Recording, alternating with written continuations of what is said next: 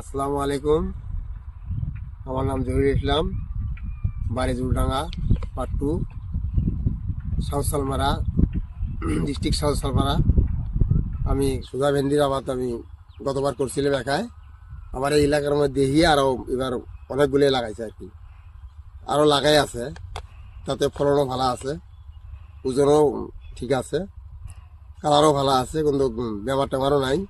অন্য অন্য বেমার হয়, এটা আর কি বেমারও হয়নি আর কি। এই জন্য আমার সবাই করবে লাগছে আর কি।